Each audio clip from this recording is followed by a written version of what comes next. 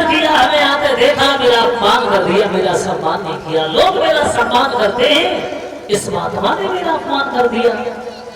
इधर उस घोड़ा से नीचे उतरे हैं, उतरने के बाद कहीं आश्रम के पास में एक सर्प मरा हुआ पड़ा है।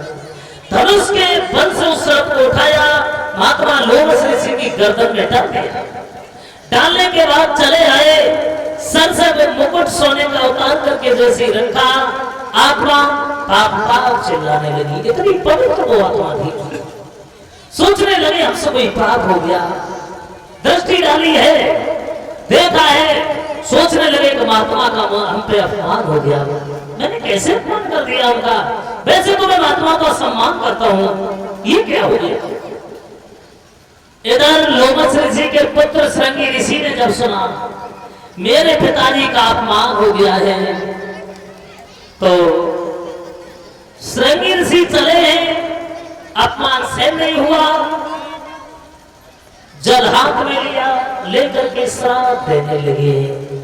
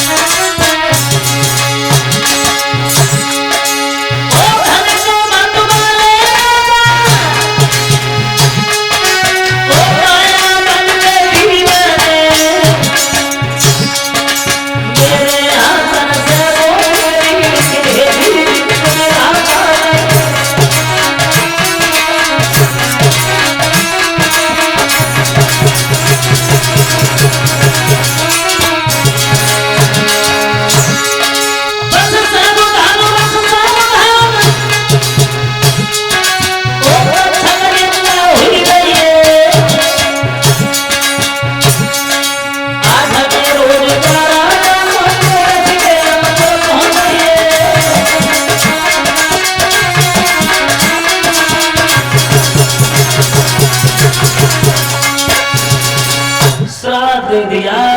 लोमस ऋषि की आंखें खुली हैं, श्रृंगी ऋषि से कहने लगे बेटा तुमने बहुत गलत किया है? बहुत गलत किया तुमने। एक गाय जैसा राजा और उसको तुमने श्राप दे दिया। जो परिचय को कुछ हो गया तुम्हें नहीं पता, दाने दाने को भटक जाओगे। उसके राज्य में गाय और शेर बकरी एक ही घाट पर पानी पीते हैं, ऐसा राजा है। श्रृंगी ऋषि कहने लगे हैं पिताजी हमारी आंखों के सामने तुम्हारा अपमान कोई कर जाए, भला हम पर ये सहन नहीं होता है। क्रोध में आकर के मैंने श्राप दे दिया, लेकिन श्राप वापस नहीं होगा। उनसे जाकर के कह दो जहां भगवान की चर्चा चल रही है, भगवान की कथा चल रही है, वहां जाकर के जहां व्यास जी भगवान की कथा से बढ़कर गा रहे हैं, वहां जाकर के भगवान की कथा से बढ़कर तो ये बचेंगे नहीं, लेकिन मोक्ष मिल सकता है, मोक्ष की प्राप्ति होगी। बताया ये जाता है, ये खबर जब महाराज परीक्षित को करवाई है, तुम्हें श्राप लग गया है। आज के 7वें दिन तक्षक तुम्हें सर्प बनकर के डस लेगा। महाराज परीक्षित की आंखों में आंसू आ गए, पैरों तले धरती खिसक गई। दिल में विचार करने लगे वादी बात, एक गलती के कारण और आज हमारी मौत, बहुत गलत हुआ हमसे। महाराज परीक्षित ने राशि वस्त्र उतार के रख दिए, पीले वस्त्र धारण किए हैं, संत महात्माओं जैसा भेष बनाया, पत्नी नवल के साथ में चली है। बताया ये जाता है जब भगवान की चर्चा चल रही है।